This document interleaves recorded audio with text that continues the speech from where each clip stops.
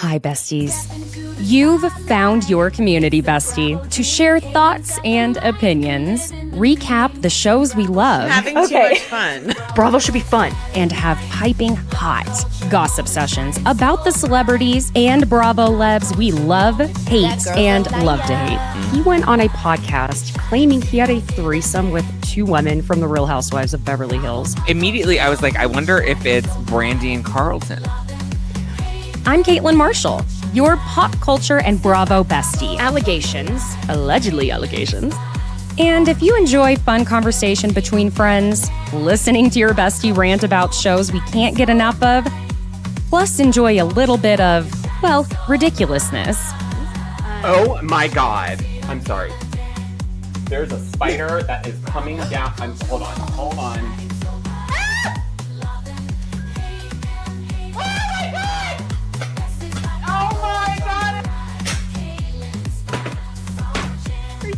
It's like the Blair Witch Project. Oh my God. Has anybody seen my ring? Oh my God. I don't want to ruin the party or anything. Have you seen my ring? Oh my God. Can you look on the floor for my ring? God, someone's gonna kill me. Don't mess with me because I will come. What? Oh. Feel free to leave that in for whatever entertainment purposes. You're in the right place. So thanks for joining me on Besties by Bravo. Hi, besties. Thank you for joining me today. It's Thursday, April 10th, and I'm going to give you a forewarning. I am somehow starting to feel like I am under the weather for what must be the 1,000th time since my son has started preschool. I went with him, of course. He didn't drive himself. He's 3, to a classmate's 4th birthday party on Sunday. Oh my gosh. I'm going to get to the recap, but can I just say the way they're mostly boys in his classroom. Okay. And let me get my mic a little closer. Excuse me. The way the end of this birthday party devolved into a massive horde of 4-year-old boys beating each other up. I don't know how to explain that. There were mostly dads there, giving mom the day off as they should. None of them were surprised by this. I was shocked. I was like, we got to get out of here. It's a gang. Help me. The 4-year-olds. They're trying to kill me. Not the gays. I don't know. It's like I said, I'm a little under the weather. It's sinuses, headache, throat, all of the things that make it difficult to do things like speak at length. But here we are. So bear with me, especially if you are watching on YouTube, join the conversation, like the video. There will be a few stops and starts, at least more than usual there, because my voice just starts giving out, which is great fun. Okay, my friends, I felt like this was actually a very good episode of Summer House. Nothing too terribly intense, even though it seemed like it was going to be for a minute. Then it was resolved, all the things. There were funny moments. So, of course, I took way too many notes. This is going to be a little more in-depth than some of my others have been just because. Okay, so we start with Lindsay going to pick Paige up, and I am obsessed with them being friends now. It should have always been this way. It really should have. In confessional, Paige says, my friendship with Lindsay has changed so much over the years. And you know what I love about Lindsay? She could be wrong, dead wrong, 100% wrong. Everyone in the room could say, Lindsay, you're wrong. And she'll be like, no, I'm not. Okay, Lindsay has 1,000% had those moments over the years. There is really no denying that. Paige continues saying, I used to get so frustrated with her. Now that I'm getting deeper into my 30s, I'm like, I don't owe you anything. Even if I'm wrong, I'm not apologizing to you. And I got that from Lindsay. I was raised by Lindsay Hubbard. So even though I think Lindsay would completely disagree about the being wrong part, I think she probably loved hearing Paige say that at the same time. In confessional, Lindsay says the friendship with her and Paige has really been this slow burn, but that Paige could not deny her for that much longer. And it's only a matter of time before we're best friends. Lindsay has actually said that Paige is one of the people who has checked on her the most after she had Gemma. So I love it. I love that for her, for them, for us. Paige asks Lindsay how she's feeling, and Lindsay admits her emotions are insane and says she feels bad for anyone in her line of fire, but that is all probably going to come out on Carl. Lindsay tells Paige how she's so tired of the lies and how Carl plays victim, which, y'all, let's be fair. Carl broke up with Lindsay. I know, I can be a Lindsay apologist. Don't ask me why. I know she can be a total monster at times, but I don't know how to explain that I can't help it. It's one of my weird quirks. Take me, love me, or leave me. Please don't leave me. I feel like Lindsay has been through a lot and that it's been the old adage of her looking for love in the wrong places. Like certain men, when she really should be looking in, say, Jersey Mike's or Panera Bread, because they have the best quick sandwiches. Of course, the New York delis. Can't really beat those.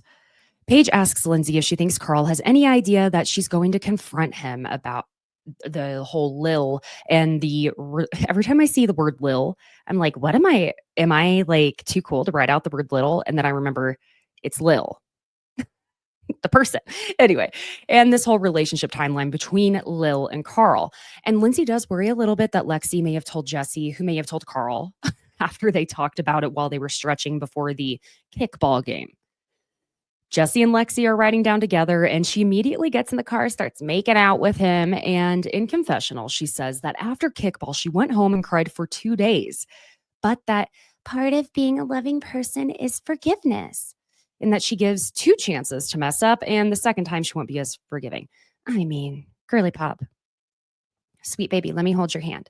Your very first weekend away, and he already acted a fool.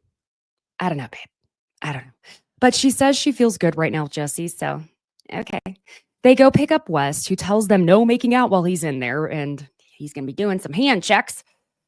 We find out Lexi met Jesse's parents and brother, and in confessional, Jesse says, after clearly being asked if it's normal for him to introduce a girl this early to his parents, he says, no, it is not normal for me to be introducing somebody to my parents. After 1 month of dating, did I 100% want her to meet my parents? No. Is it going to keep her happy after everything I just put her through? Yes. I just want her to be happy. It didn't feel like something we needed to argue for. So let's meet the fam. Okay, I know I don't actually need to translate this because you all can understand at least a little bit of this language that we will call F-boy just as well as I can, but let's check our translation skills together. This word salad can possibly be translated into English as, I didn't want to introduce her to my parents and wouldn't introduce a girl to them unless we'd been dating for 1 year, in which I'd only been actually exclusive with her for 2 months, because that's when it'd be serious.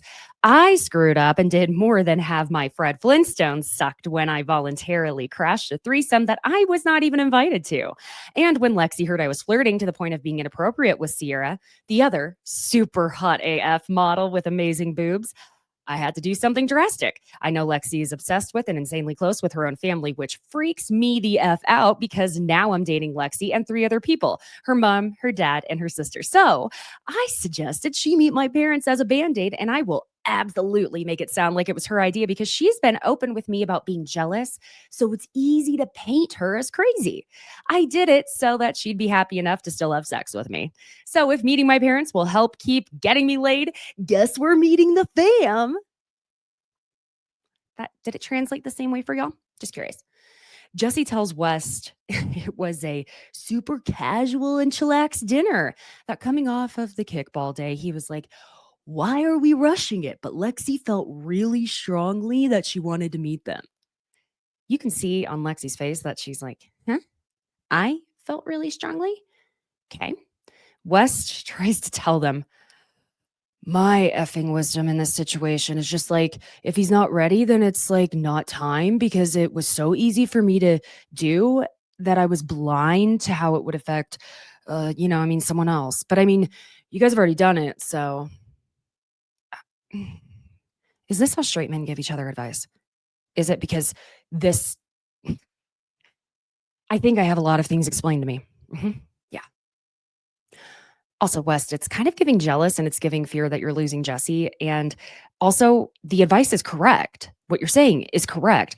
But there were so many ways to say it, but you also speak that same F-boy language. So, okay.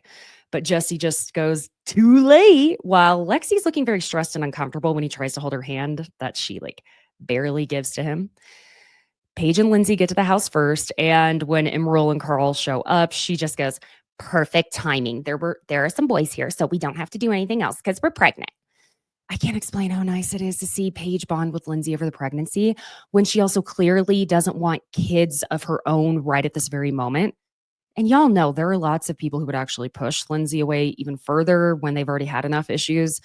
I mean, we know, because it's true.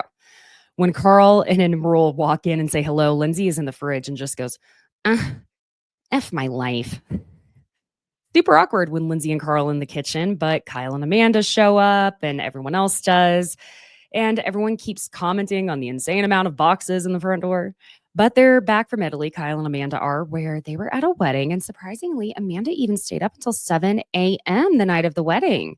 And she says in confessional that Kyle and I may be rubbing off on each other in a good way because he put some work aside while they were there. And she actually stayed out and didn't just go to bed early every night. They're going to be doing Shabbat dinner that Jesse is preparing and putting together for all of them. We do find out Gabby is working this weekend, so she won't be there. Jesse immediately flirts with Sierra when she arrives, and she comes in to say hello and tells Lexi, welcome back. In confessional, Lexi says, the Jesse and Sierra thing is sketch.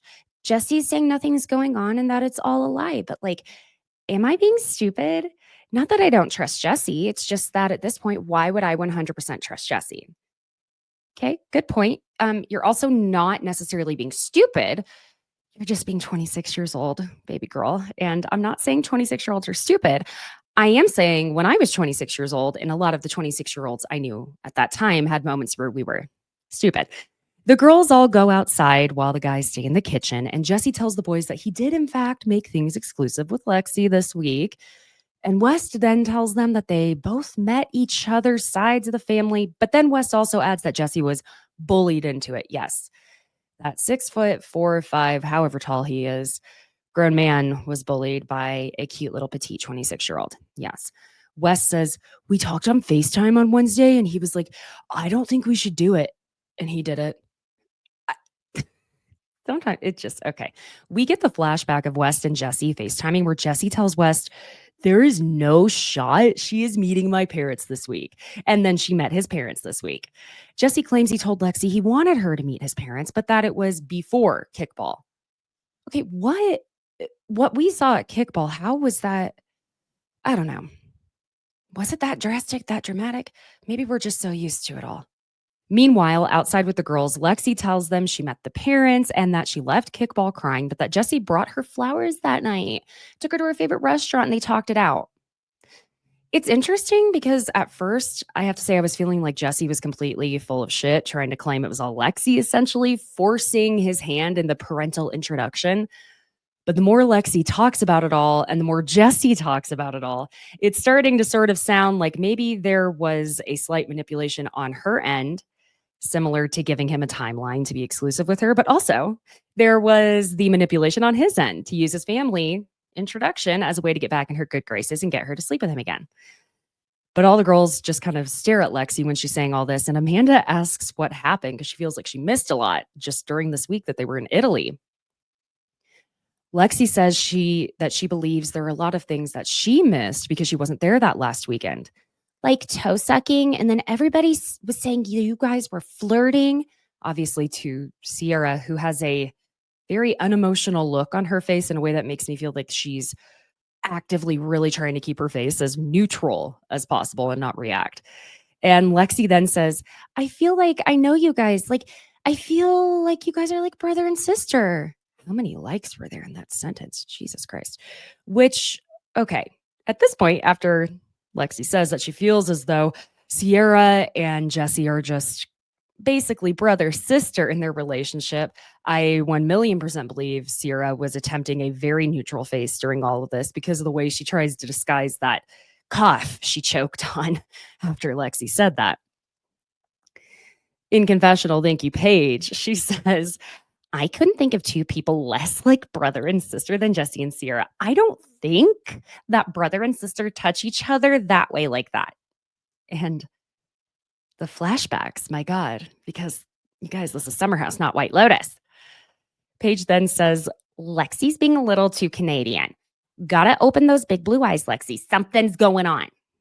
Sierra says that when Lexi wasn't there, that Jesse was definitely times 10 in his behavior with Paige, telling Lexi Jesse was definitely Solomoning. Lexi tells them that a big thing for her is consistency. So that's not great to hear, basically, that he wasn't consistent in his behavior when she wasn't around. Paige tells Lexi that if she's going to end up being Jesse's girlfriend, then Jesse definitely needs to be changing his behavior. With Sierra telling her that there are definitely going to be moments when Lexi isn't around that Jesse is going to crank it up times 10 because there's no eyes on him. Basically, Sierra and Paige are just trying to let Lexi know that she needs to be aware of his ways if she's going to jump in and stick with him after a little floor tickler sucking incident. Amanda asks about Carl's launch, soft launch garden party. And Lindsay says, oh, he's trying to date this random girl. Okay. Inside, Jesse asks Carl about Lil. And oh my God, you guys. Okay, look, I am trying so hard to not be mean here and not be a little bridge troll, but she is making it very hard. She's making it hard. I'm doing my best. God. Lil, you march to the beat of your own drummer. How's that? Okay, we can say that. That's, yeah. We see a flashback from a bit of this date that Carl had with Lil. And she goes, I have a gift for you, and hands him a lemon, telling him, because you always make lemonade out of situations. And Carl has just sucked his own lips underneath his teeth because he can't even hide how much he is cringing at this point. And Lil says, so very yoga teacher, like so very proudly, so very unaware of how incredibly Captain Obvious this moment is, by saying, it's a metaphor, but you can also you can use it. Ma'am, there is already a lemon queen on Bravo, and her name is Shannon Storms Bedore. And honestly, why do I feel like she and Shep somehow might be a match? I don't know if she has freckled lips, but that man loves a metaphor, because I feel like if it were Shep, and she did that for him, he'd be like, a metaphor gift.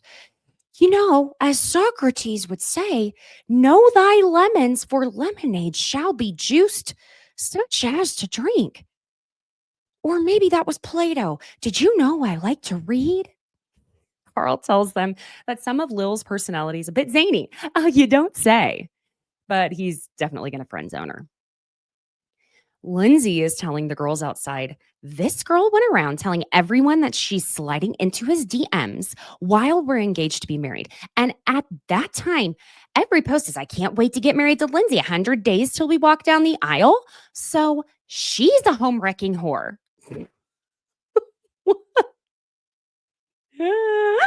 Oh my God, Lindsay. Jesus.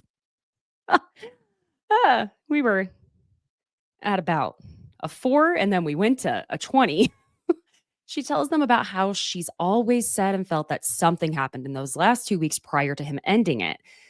And in confessional, she says that Carl's weak AF and that she doesn't think he would have had the bravery to end things with her if he didn't already have someone in the back burner giving him the confidence that people would want to date him if he broke up with her.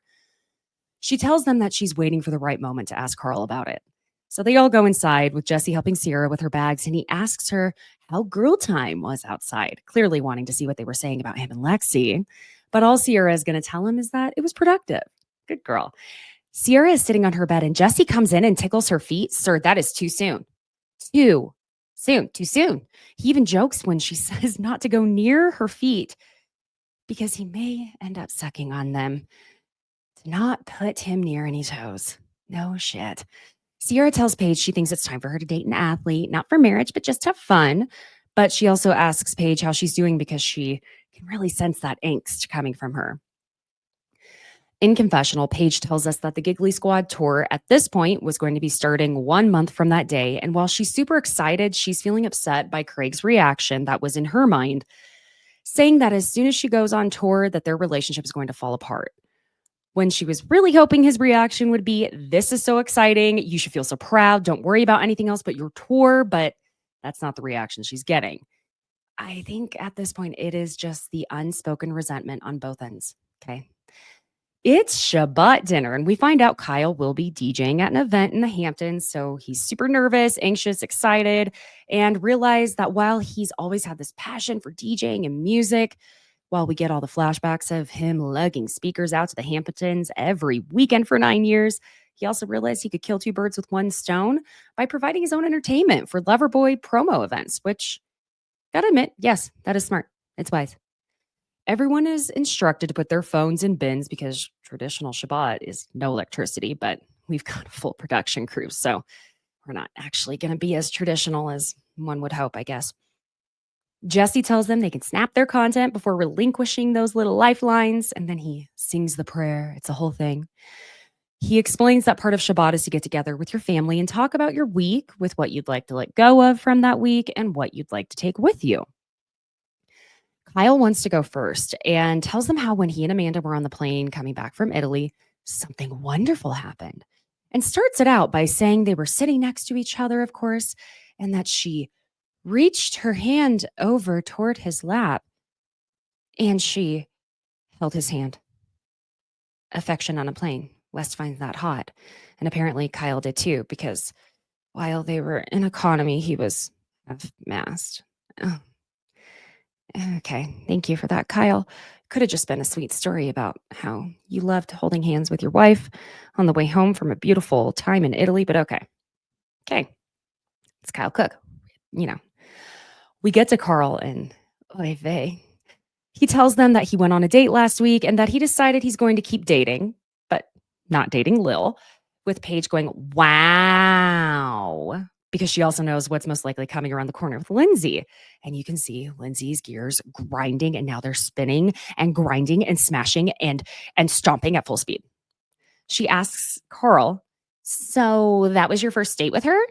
And he's like, yeah, confirms it was. And she goes, because it's come to my attention that you've been talking to her since last summer. And he just shakes his head, no, like, what are you talking about? She goes, no, you didn't she didn't message you last summer. You didn't meet her parents at the soccer game. And he tells her, yeah, I met the parents at the soccer game. So she goes, and what, they set you up with their daughter? And he's like, yep. She asks how that went at the soccer game and when he started messaging her, which he answers that it was all last fall. So Lindsay's like, this fall, so this last year. This is where you are starting to get a sense for exactly how their fights would start in their relationship. Like the tension, it builds, boom, boom, boom. The blocks are stacking on top of each other. Because then Carl, he's like, cut the shit. What are you getting at here? Lindsay tells him, I'm getting at your little girlfriend has been going around saying that you guys have been messaging since last summer. But Carl's immediately, first thing, most importantly to him is, she's not my girlfriend. And she continues saying, before we were ever even broken up. So he tells her, I wasn't messaging her when we were together. Lindsay tells him to prove it and show the receipts. But remember, they gave up their phones for Shabbat, just for the dinner. And Carl says he doesn't have his phone, with Lindsay telling him it's right there in the bin behind them. But he's like, hey, my phone is upstairs charging. And now activated. Activated. Lindsay, Hub House, pregnant, activated. Hub House is activated. Pregnant, activated. Hub House. Lindsay goes, oh, how convenient. Let me go for a girl who messages me while I'm engaged to be married in 2 effing months. And Carl's like, it had nothing to do with it. Now Lindsay's yelling at him. It's because you are a terrible effing judge of character. And oh shit. And Carl is quick enough to take this opportunity. And ow. He points at her and just says, that's probably true. It wasn't even me. I'm not even Lindsay, and I'm wounded. God damn it. But Lindsay is going on about how everyone is supposed to now, because of Carl and his way of handling this breakup that he did, that everyone's supposed to be feeling bad for him, that his date went south, and that he plays a victim going around saying that he hasn't even been on dates or hooking up with anyone when he's been talking to this girl since before they broke up. And Carl, this is where it's annoying. Carl, this is so simple. If you would just tell her that as soon as dinner is over, you will show her the phone or show everyone the phone and put this to bed, if you can all just move on to another topic while you respectfully wait and enjoy your dinner, this would have been resolved much faster than even this. But no. Because Carl tells her, you're coming at me when I could very easily write a list of things you have lied about and said. I'm not here to do that. She tells him that she's not a liar, and he says he's not either. And then, oh my God, this next one, you guys, you would think Carl were from the South. With this one, oh my God, he tells her, I pray for you. I worry about you. I'm literally praying for you. But Lindsay goes, I don't need you to pray for me. Oh my God. Also, you can see Kyle, the look on his face, that he genuinely thought these type of fights between Lindsay and Carl were done, and that it was just going to be mostly awkward moments. You know what I mean? This summer. So you can tell he's also thinking like, shit, if Carl did this, everyone is going to turn on him and I'm going to be left defending him. And what's that going to do for Loverboy? Because what about me and my business? Because that's all that matters. So Kyle just tells Carl to go get his phone at this point.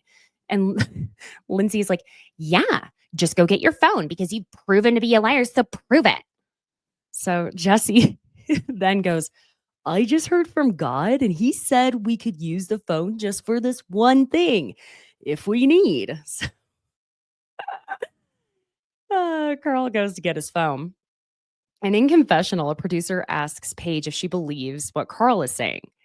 And she says, originally, I'm like, are we talking about Carl? Or I'm sorry, if she believes what Lindsay is saying.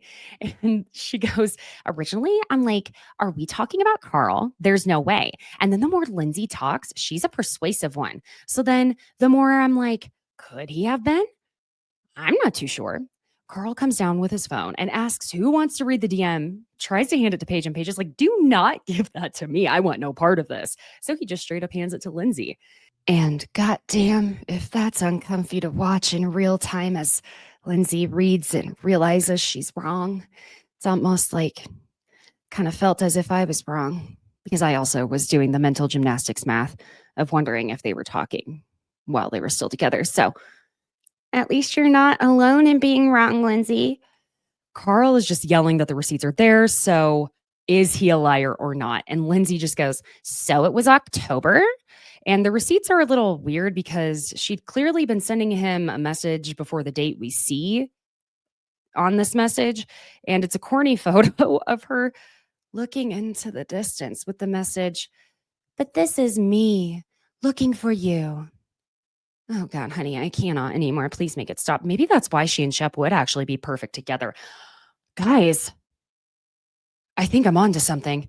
But that message was above the date that we see. So I don't know anymore. But Lindsay knows how to turn this around.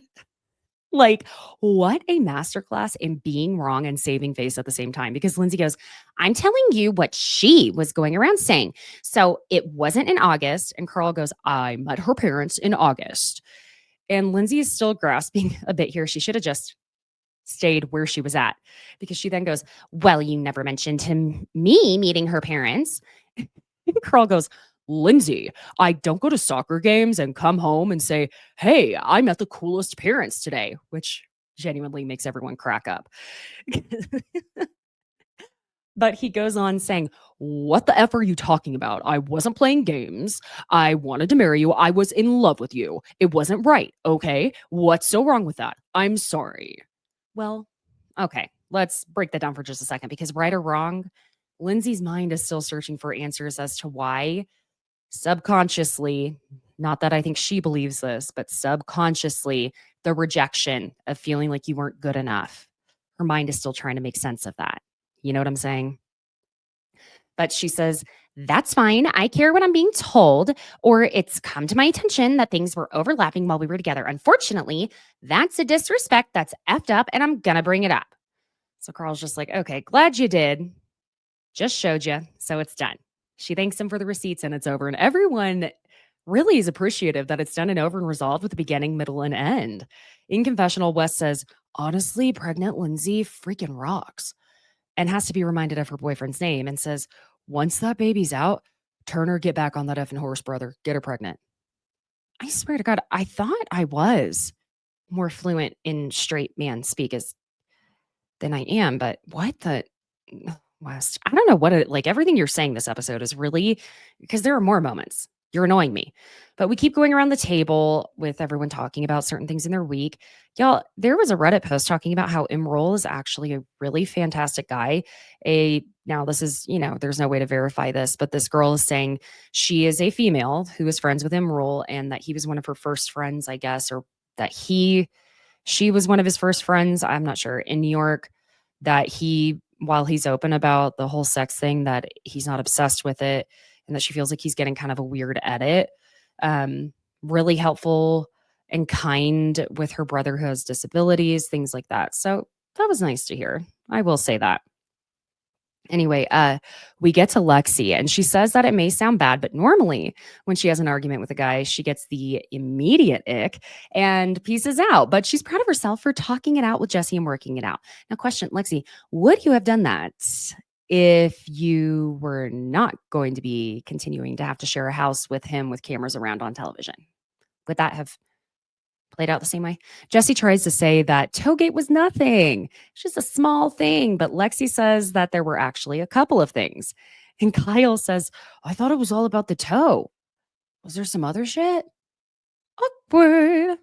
Paige does not even want to talk about her week after that, which also tells me she's avoiding talking about anything with Craig, especially in front of the group, and that she doesn't want anyone to see just how down she kind of is. Paige wasn't really herself this weekend, it seemed. Maybe it's just me. It's not like I know her, but I feel like I know her, even though I don't. Okay. After dinner is over, everyone is kind of winding down as Imrol asks West what their plan is for the night. And again, I think now I can conclude that I absolutely do not speak the same language as these very specific types of straight men, because West tells him that he's good with calling it an early night, but that tomorrow they should just absolutely shred our dicks off. That sounds painful and okay, no, I'm not doing it. Never mind. Goodbye, West. Goodbye. The trio of Paige, Sierra, and Amanda are in Paige and Sierra's room saying how wild it was to see Lindsay get kind of shut down, essentially. While out in the kitchen, Jesse tells Carl that he's so glad he wasn't lying, because if he had to go get his phone and show that there were actually DMs that were dated before, Jesse was kind of wondering if Carl was using Shabbat as an excuse to not go get his phone.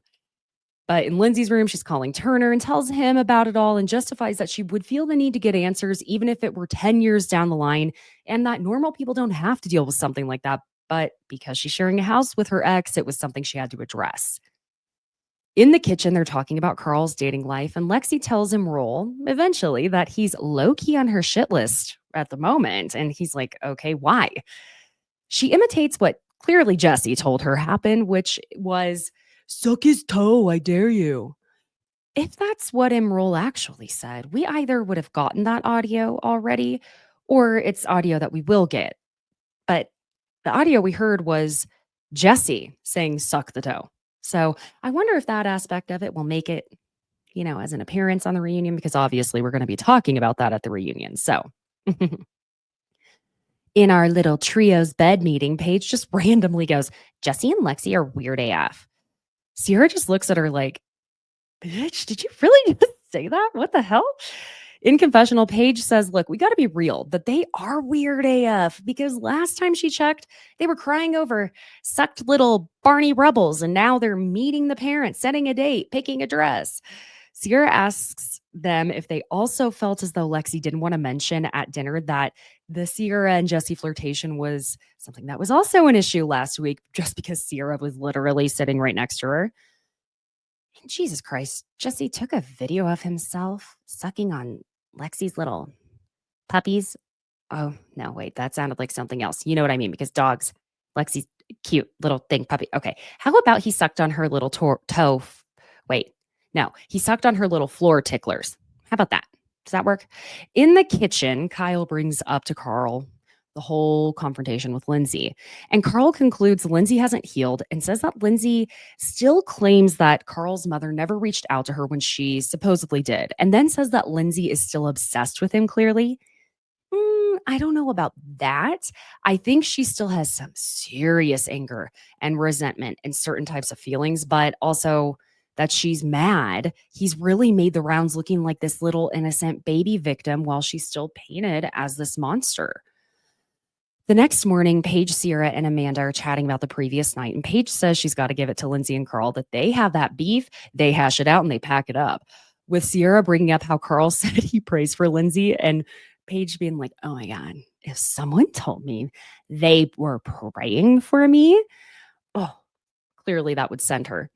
And she randomly, very randomly, segues into talking about something Craig will say to her in fights, which also tells me that watching Lindsay and Carl fight made her think of her own relationship, which at that point, clearly, that's not good. Paige says, do you know what Craig keeps saying to me? He keeps being like, okay, Paige, well, I'm not perfect. And I was like, not one person on this planet would confuse you for perfect. And then Sierra says, Craig thinks he's the closest thing, though. Okay, well, listen, at this point, I know Sierra's on your team. I'm always on my girl's team, like very much so. But also, she's telling you you have a hater boyfriend and you have a boyfriend hater as your bestie. Just gotta, I'm not trying to put down Sierra. I'm just saying you gotta acknowledge that. It's Lindsay's birthday tomorrow and the last one she has before becoming a mom. We see Carl goes outside alone after being very quiet and is crying, as Emerald goes outside too and is clearly unaware of this moment with Carl. And this is also when Paige and Sierra notice Carl didn't make his bed, so they're wondering if he's okay. When Emerald sits down, he asks Carl how he's doing, with Carl telling him he's a little emotional at the moment, which Emerald's like, do you want some space? And he's like, no, it's okay. And that he's just reflecting on his brother. Oh gosh, y'all, friends, I'm putting the trigger warning in here, not just for the reason you think I am, because I didn't realize last night that I actually needed it. And the trigger warning is really for death. And to be honest, the one I experienced recently, and when I say recently, it feels recent, even though it's been over 6 months. It wasn't a family member, and the cause was not at all the nature of the cause that was for Carl's brother. Oh, y'all.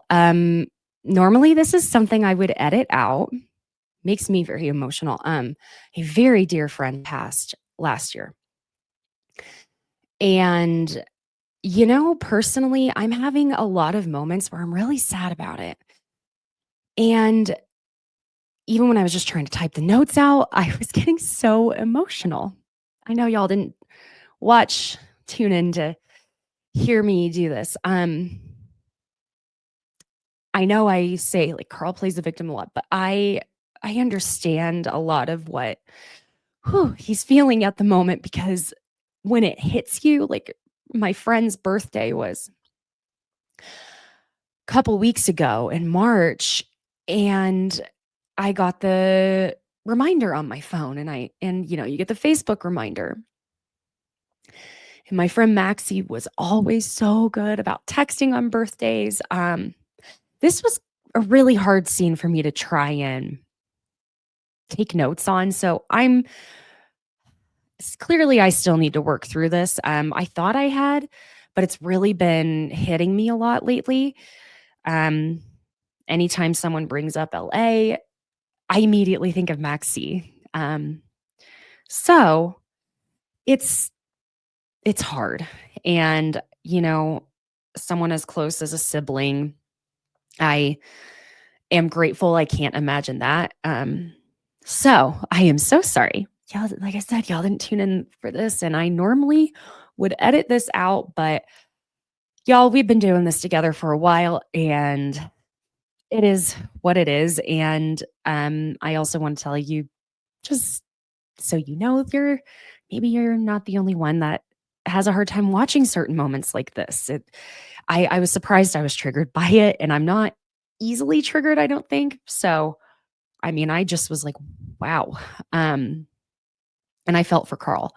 I will just the parts I will keep in here are the things that are positive regarding his brother and that came from all of this, because Carl credits his brother and what happened with forcing him to face his own struggles and get the help he needs. And still, I'm struggling to put everything he says into words. Forgive me, friends. I normally can fight through a lot of things. So, okay, Carla does admit in his confessional that from the beginning of it all, that Lindsay was there with him and had been supporting him in the subsequent years. So now Lindsay not being that support system has made this really even harder. Okay, it's time for everyone to get ready to go to the event where Kyle is DJing. And apparently he's been having to practice DJing with sunglasses on. And I'll be fair here and say that that's something I've never thought about. Some of the things that would go into DJing. Okay, I'm going to take a very short break. I'm going to gather myself and we'll have fun again. Okay, one moment. Okay, I'm back. We're good. We're at the event, which looks really fun, like a cute little backyard party, but it's also like a day club, but kind of more cash. I love that. Amanda jokes with Sierra and Paige that Paige is taking up the whole chair with her white ass hips, and no one better be getting snarky about that joke because, my God, Paige's hips can't be bigger than, if they're even this big, 32 to 34 inches, which is nothing. Paige tells her she's very anxious today, so be sweet. Obviously, it's the Craig anxiety. Sierra sits with Carl and acknowledges what the date is, and he tells her about how he went to where he and Lindsay had planted a tree in his brother's memory. Gosh, guys. Okay.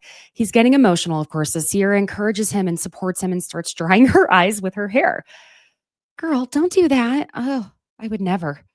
Paige and Amanda are watching all this, and Paige tells Amanda not that they ever would, but Carl and Sierra would make a great looking couple.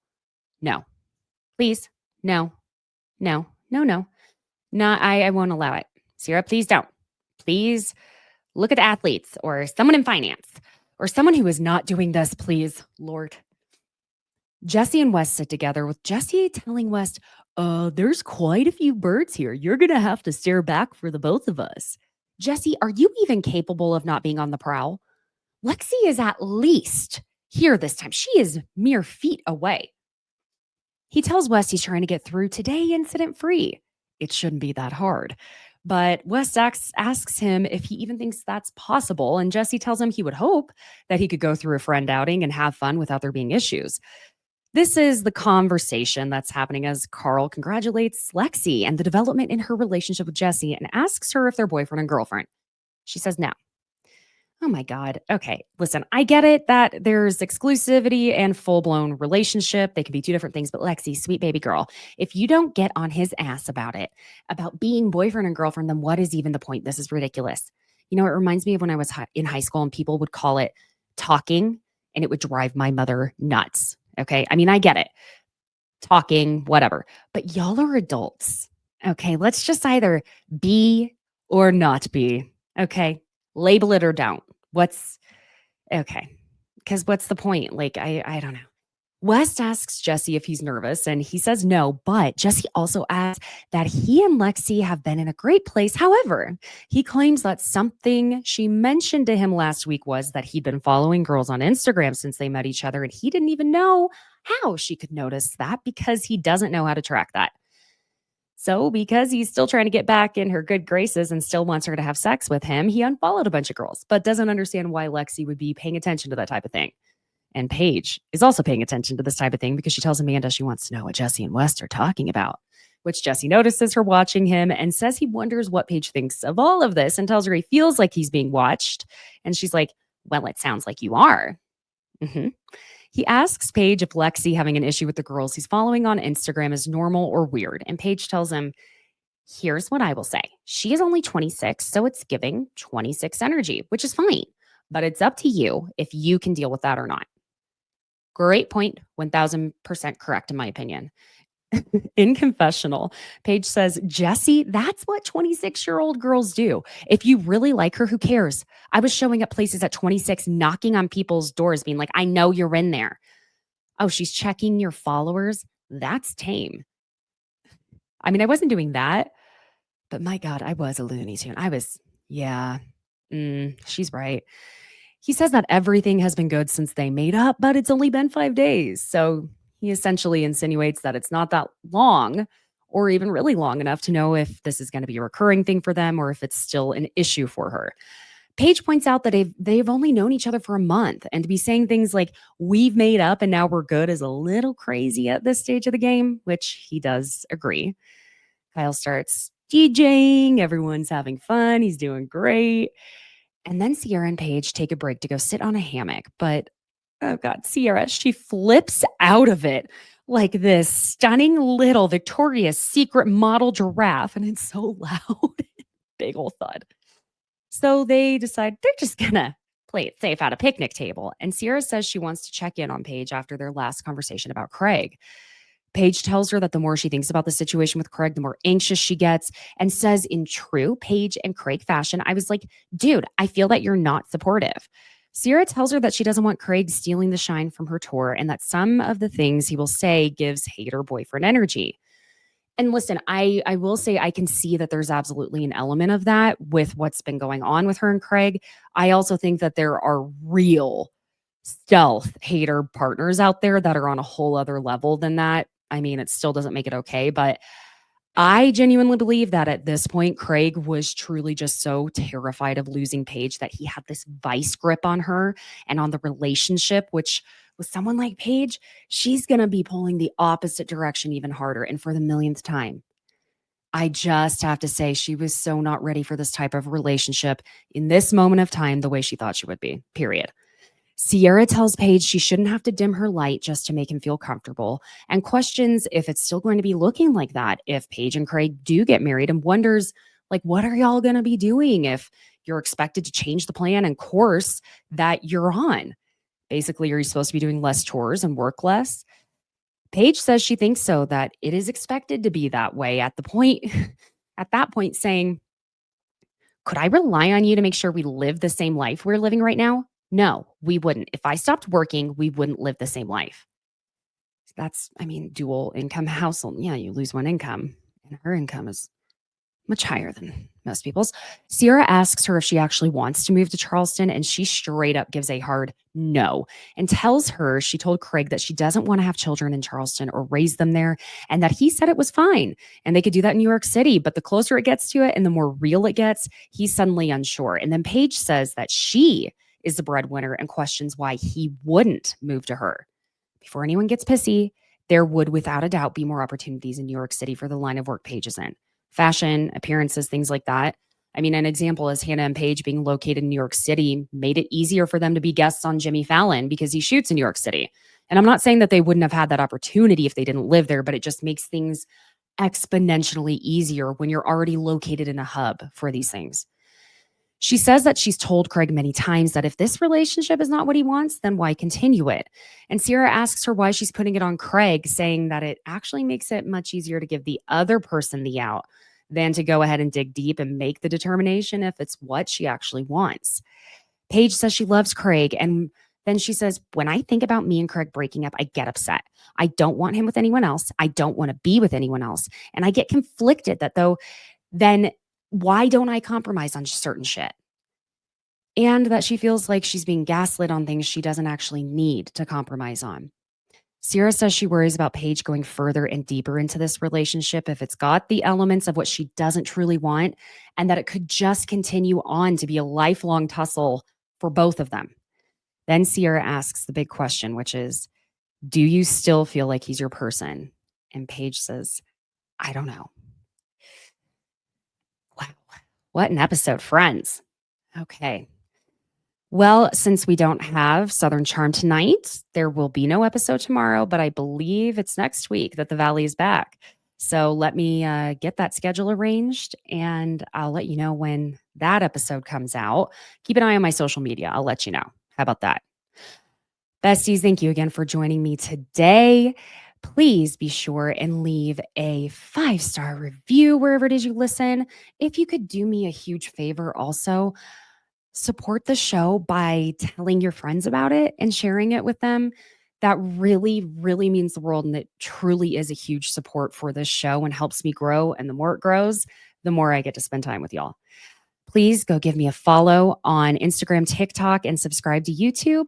It is at Besties by Caitlin, Caitlin. Check out the Pop Culture Besties Etsy merch shop.